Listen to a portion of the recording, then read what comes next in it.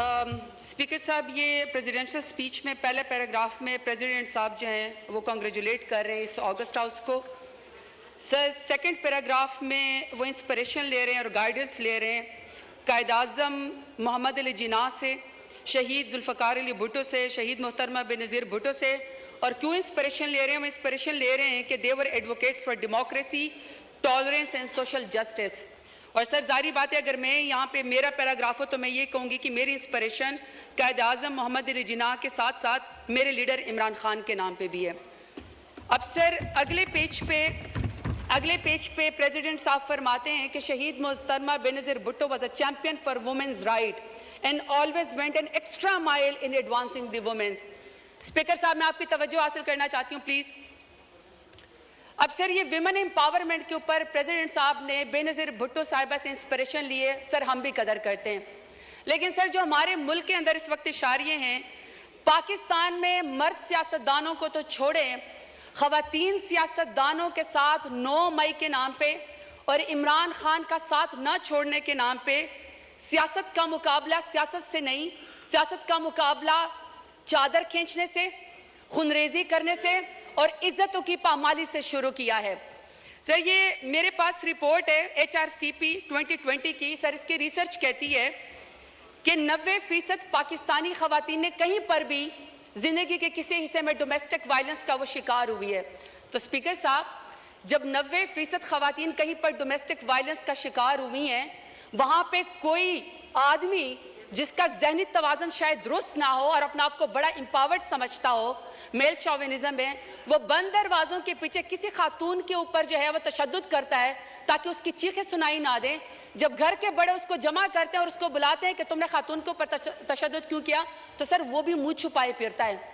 लेकिन पाकिस्तान एक ऐसा इस्लामी जमहूरिया पाकिस्तान एटमी ताकत है जिसमें नवाज शरीफ की माँ पे, जिसमें शहबाज शरीफ की माँ के ऊपर ख़वातीन को सड़कों के ऊपर घसीटा जाता है, उनकी चादर खींची जाती है, उनको पर वाटर कैनन इस्तेमाल किए जाते हैं, लाठी चार्ज होता है, उनको पर FIR की जाती है, चादर और 4 दीवारों को पामाल किया जाता है, लेकिन किसी को शर्म नहीं आती है, किसी को शर्म नहीं आती है।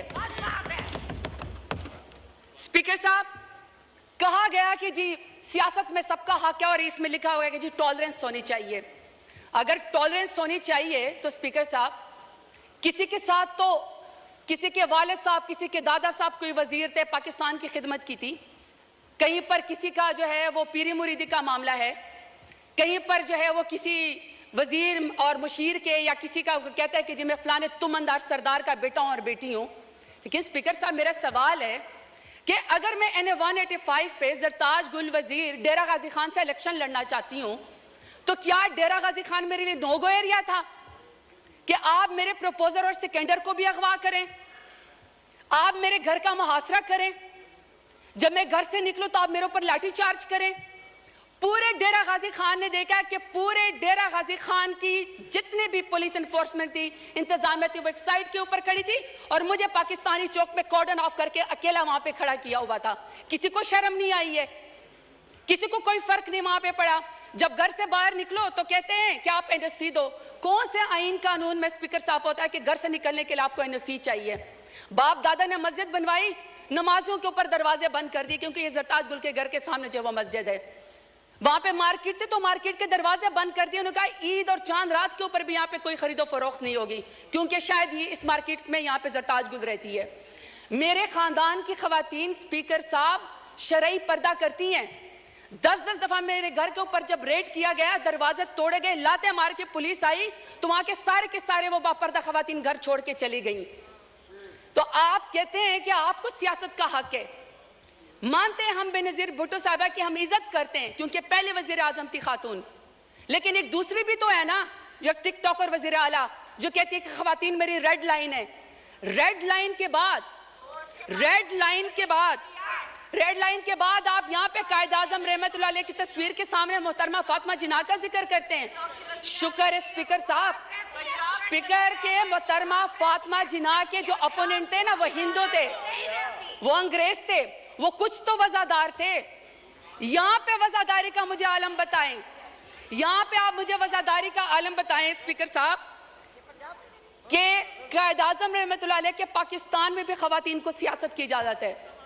ये अमरीत का जिक्र करते ना, कल को कह रहे थे कि जी किसी को निकाल के आप कब्र से फांसी पे लटका दो, तो मुशर्रफ दौर में सबसे ज्यादा खवातीन को यहाँ पे रिजर्व सीट देगी। बदतरीन अमरीत के अंदर भी खवातीन को सियासत की इजाजत थी। बेनजीर भुट्टो के दौर के अंदर भी खवातीन को सियासत की इजाजत थी। इमरान खान मेरे लीडर की हुकूमत में खवातीन को सियासत की इजाजत थी। सबसे ज्यादा पाकिस्तान की तारीख में अगर काबीना में कोई मिनिस्टर बनी है तो वह इमरान खान के दौर में बनी है। मैं सवाल पूछना चाहती हूँ स्पीकर साहब इनको चुप कराएं। ऑर्डर इन द हाउस मोहतरमा, आप बोलें। स्पीकर साहब मैं सिर्फ सवाल पर यह करना चाहती हूँ कि जब नवाज शरीफ का दौर आएगा, जब शहबाज शरीफ का दौर आ गया, तो क्या खवातीन के ऊपर सियासत के दरवाजे बंद होंगे? हमेशा उनकी कैरेक्टर असैसिनेशन होगी, हमेशा उनको जेलों के अंदर डाला जाएगा? मैं सवाल पूछना चाहती हूँ स्पीकर साहब, मैं सवाल पूछना चाहती हूँ कि रेहाना डार साहिबा जो सियालकोट में, जिसका तो 9 मई से भी कोई ताल्लुक नहीं था, बेटे की सीट पर इलेक्शन लड़ना चाह रही थी, वालदा की उम्र के एक खातून है, आपने यहाँ पे एक बंदे को जितवाने के लिए पुलिस के जरिए उसके गिरेबान में हाथ डाला, आसमान भी कांपा होगा। मैं आपसे पूछना चाहती हूँ कि आपको कौन सी सियासी बर्तरी हासिल होगी रेहाना डार को आपको घसीटते हुए और उसके गिरेबान में हाथ डालते हुए? स्पीकर साहब हमने तो सुना था कि फलस्तीन में, कश्मीर में मकबूजा जगहों पे यहूदी और हिंदू जो खवातीन के खिलाफ टॉर्चर करते हैं, उनको हरास करते हैं ताकि उनको कोई जो है उसके ऊपर बर्तरी हासिल हो जाए। स्पीकर साहब मेरा सवाल है स्पीकर साहब कि जब आलिया हमजा को, पढ़ी लिखी खातून इंजीनियर है, जब आलिया हमजा को उनकी 3 बेटियों के सामने रात को उसके बेडरूम से बालों से खींचकर मर्द पुलिस वालों ने सीढ़ियों के ऊपर घसीटा, तो मैं शहबाज शरीफ से पूछना चाहती हूँ कौन सी सियासी बर्तरी आपको पाकिस्तान तहरीक इंसाफ के ऊपर हासिल हो गई? अब मैं डॉक्टर यास्मीन राशिद का जिक्र करना चाहती हूँ। स्पीकर साहब डॉक्टर यास्मीन राशिद है, एक्स मिनिस्टर है हेल्थ की, और वो इस कौम की खिदमत कर चुकी है, कैंसर की सर्वाइवर है, एक लीडर खातून है। आज वो खातून, एक जमानत उसको नहीं मिलती जो कि बुनियादी हकूक के खिलाफ फर्जी है। आप ये चाहते हैं कि कोई पढ़ी लिखी खातून यहाँ पे सियासत के अंदर ना आए, उसके ऊपर दरवाजा बंद कर दिया जाए? तो मैं पूछना चाहती हूँ फॉर्म 47 वाले वज़ीर आज़म से कौन सी सियासी बर्तरी आपको हासिल हो गई? स्पीकर साहब, order in the house please सुने ऑनरेबल मेंबर बोल रही हैं, सुने जी, आप जारी रखें प्लीज। स्पीकर साहब मैं यहाँ पे बुशरा बीबी का जिक्र करना चाहती हूँ। खातून अव्वल रह चुकी हैं, हयादार औरत है, बापर्दा औरत है, लाख इख्तलाफ होगा इनका, लाख इख्तलाफ होगा स्पीकर साहब इनका, शहबाज शरीफ का, नवाज शरीफ का लाख इख्तलाफ हमसे होगा, इमरान खान से नफरत भी होगी, क्योंकि इमरान खान जैसे बहादुर लीडर तो ये है नहीं, तो चलो आपको सियासत में नफरत होगी। स्पीकर साहब मेरा सवाल है कि दुश्मनी में आप इतने गर गए कि आपने निकाह जैसे सुन्नत नबी, आपने उसके अंदर भी हाथ डाल दिया, कोई बापर्दा खातून भी आपके शर से महफूज नहीं रही। तो मैं पूछना चाहती हूँ कि फॉर्म 47 वाले वज़ीर आज़म से कि आपने बापर्दा खातून की इद्दत के निकाह के केस के अंदर भी हाथ डाल के दुश्मनी की नजर करके खवातीन को आपने क्या पैगाम दिया है? तैयबा राजा, सनम जावेद, आयशा भुट्टा, मैं हजारों के नाम लेना चाहती हूँ स्पीकर साहब, वो जेल के अंदर बैठी हुई हैं, वो जेल के अंदर बैठी हुई हैं, और order in the house please, सबने बोलना है, हर कोई अपनी बारी में बोले जी। स्पीकर साहब, आलिया हमजा, आयशा भुट्टा, सनम जावेद, इसी तरीके से सर तैयबा राजा, वो पुलिस की कस्टडी में बैठी हुई हैं, और तैयबा राजा कहती हैं कि उनकी वालदा तहज्जुद की नमाज पढ़ रही थी और उनको कोई पुलिस ऑफिसर कोई रेप की वीडियो भेजता है। आपने उस खातून की माँ के तहज्जुद के टाइम पे आंसू का कौन हिसाब देगा? ये चाहते हैं कि यहाँ पे सियासत हो खवातीन की, ये लंबरदार है खवातीन की सियासत के, ये कमेटी बनाएंगे सियासत खवातीन की। मुझे बताएं स्पीकर साहब, जो वजीर आजम, जो नून लीग 14 शहीदों का खून करके खवातीन के सर से चादर उतार के कुर्सी के ऊपर बैठी हो तो मैं बताना चाहता हूँ न तुम्हारी कुर्सी रहेगी न तुम्हारी बेटियों के सर के ऊपर चादर रहेगी, क्योंकि बेटियां सांझी होती हैं, इज्जत सबकी होती है। ये स्पीकर साहब मैं आपको जरा फैक्ट्स एंड फिगर बताना चाहती हूँ। ये 21 अप्रैल 2024 की स्टैंडिंग कमेटी की रिपोर्ट है, पीडीएम की 2 साल की, इंक्लूडिंग इनकी जमात की, पीएमएलएन की। सर इस रिपोर्ट में कहते हैं कि खवातीन कैदियों में 60% इजाफा हुआ है। What a shame. आपने महंगाई तो कर दी, कितनी शर्मनाक बात है कि आपसे मुल्क तो संभाला नहीं जा रहा।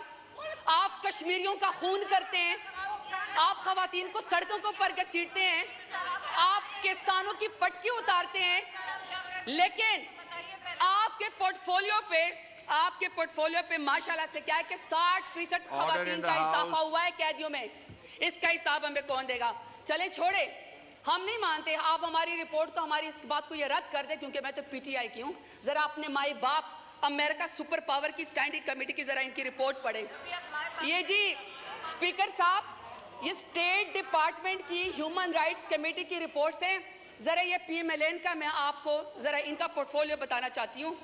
वो कहते हैं इनकी नून लीग की पहली हुकूमत का खासा है अगवा, अबडक्शन, दूसरा है जाली मुकदमात, तीसरा है सियासी मुखालफिन का कत्ल, फिर है दौरे हरासत, जिस्मानी रिमांड, फिर है सियासी कारकुनान को हरासा करना, जमानत मिलने के बावजूद दोबारा गिरफ्तार करना, जजों पर इंसाफ न करने के लिए उनके वीडियोस बनाना, शहरियों की जिंदगी को में गैर कानूनी तौर पर मुदाखलत करना, सहाफियों को सच बोलने से रोकना, एहतजाज और नकलो हरकत को रोकना, सियासी सरगर्मियों से ताकत के जोर पर रोकना, और माशाल्लाह रिश्वत, भत्ताखोरी और अकरबा परवी, ये इनका पोर्टफोलियो है पीएमएलएन का। और ये यहाँ पे आके जाते हैं इमरान खान का मुकाबला करने के लिए।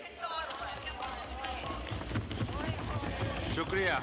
नहीं सर मुझे सर 5 मिनट चाहिए, मेरी आपसे रिक्वेस्ट है सर। वाइंड अप करें, रिक्वेस्ट है सर, 1 मिनट में वाइंड अप करें प्लीज। सर 5 मिनट रिक्वेस्ट है प्लीज। अभी आपके ज़हन कुरैशी साहब ने अभी बोलना है, आप प्लीज वाइंड अप करें। सर मेरी पहले रिक्वेस्ट ये है कि हमें तमाम खवातीन की रिपोर्ट दी जाए, उनकी हेल्थ की रिपोर्ट दी जाए, और हमें यह बताया जाए कि उनको कितना जो है वो काउंसिल जमानतों के लिए उनको कितना जेल के अंदर 15 से 20 हज़ार खवातीन जो हैं, हमें उसका हिसाब बताया जाए। हम इनकी रिपोर्ट के ऊपर यकीन नहीं करते, क्योंकि पीडीएम और स्पेशली पीएमएलएन की वजह से तो खवातीन के साथ मजालिम हो रहे हैं।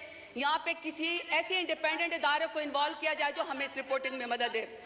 दूसरा सर 22.5 मिलियन जो बच्चियां स्कूलों से बाहर हैं, उसमें सबसे बड़ी तादाद जो है वो स्कूल की बच्चियों की है। सर हमें उसका टारगेट बताया जाए कि कब होगा। सर तीसरा, खवातीन सियासतदानों को, सर एक सेकंड सर प्लीज, खवातीन सियासतदानों को सर जब आप गिरफ्तार करने के लिए आते हैं, खुदा का वास्ता सर कोई मर्द नुमाइंदा या कोई सर एहलकार जो है उनको ना घसीटे, ना उनको सर हरासा करे, बल्कि सर उनको बुलाएं, खुद खवातीन जो है वो जाके थाने में पेश हो जाएगी। सर आखिर में अपने डेरा गाजी खान के गयूर अवाम का शुक्रिया अदा करना चाहती हूँ। मैं आपसे 2-2 मिनट करके हिसाब मांगती हूँ, लेकिन सर अगर मेरे डेरा गाजी खान के गयूर अवाम ने मुझे इमरान खान के नाम पे वोट ना दिया होता तो आज जो सरदारों ने मेरे लिए गड़ा खोदा था वो खुद उसके अंदर शुक्र गिर चुके हैं। आखिर में सर के मेरे लीडर इमरान खान के नाम कि सर जो आदमी रियासत की कैद में होकर रियासत को ये कह दे कि तुम्हारा ख्वाब रह जाएगा मुझे डरा हुआ देखना, ऐसा शख्स ने काबिल शिकस्त होता है। सर इनसे कहे शुक्रिया शुक्रिया जी। सरदार मोहम्मद यूसुफ साहब, इसके बाद फिर ज़ैन कुरैशी।